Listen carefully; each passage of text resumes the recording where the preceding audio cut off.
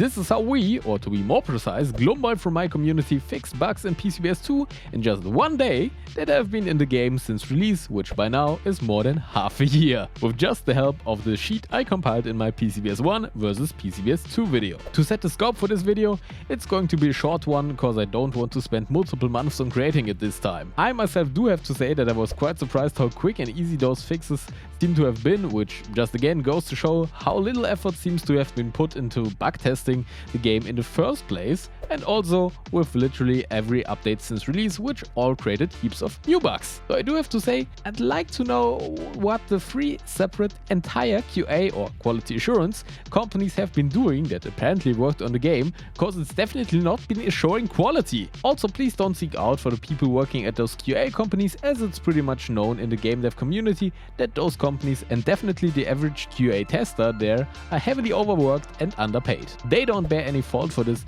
but the head of development of PCBS 2, and for that matter whoever makes decisions on external or internal development at Epic Games does. But before I dive into more criticism of the dev team, what does this mod do, or rather what doesn't it, and how do you install it? Let's start with that part first, because I know even though it's actually explained on the page, a video tutorial on how to do that stuff is just plain easier to understand.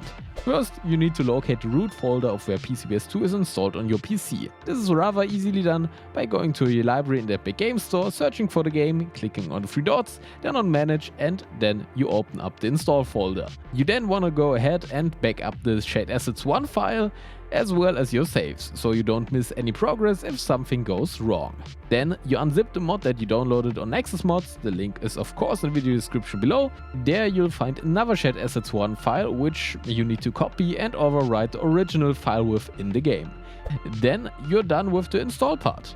But let's go over what the mod even does. It adds the 3600 XT and 3800 XT chips, which I've pointed out missing in my PCBS 1 vs PCBS 2 video. It also adjusts you not being able to water cool much of the game's RAM. You'll still not be able to water cool everything, but more than the amount that you normally would be able to. The mod also fixes many other bugs like weird pricing on some parts, wrong names, the missing lighting when looking at the 7900 XTX and 6950 XT in the inventory, even including the filter options working. Wrong values on some parts like the LL120s from Corsair having different airflow on the wide and normal versions have been fixed, but of course not only on the LL120, but every part where I mentioned similar issues in my sheet are now corrected.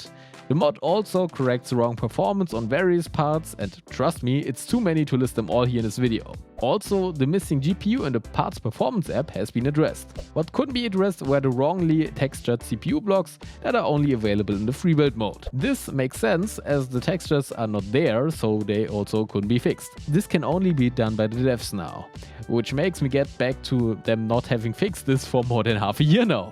I do have to quote Glumboi here, as I just find his statement regarding this hilariously funny, being a person that gets how coding and stuff works rather than me, who is glad if anything I've ever needed to do with code even remotely worked. As Glumboi said, this is probably the most funny and worst bug I've ever seen. Please, just look at the game before shipping. This just emphasizes how bad it is. This comes from the person that fixed the horrible performance on EA's Jedi Survivor with a mod. I do have to agree with him on that. This doesn't happen if someone has a bad day and missed something. It only happens if literally you don't even open the inventory at all, or just don't want to fix it. Every single person that bought the game will at some point find this issue. The janitor's dog could have probably found the bug walking past the computer. So I'm unable to comprehend how 3 QA companies and a team of more than 20 people could have not done anything about it.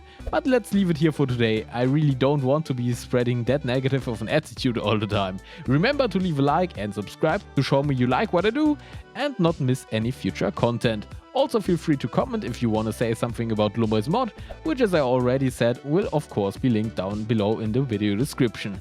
If you want to additionally support me, you can share this video with others or become a channel member. Again, thank you all for the support and interest in this topic.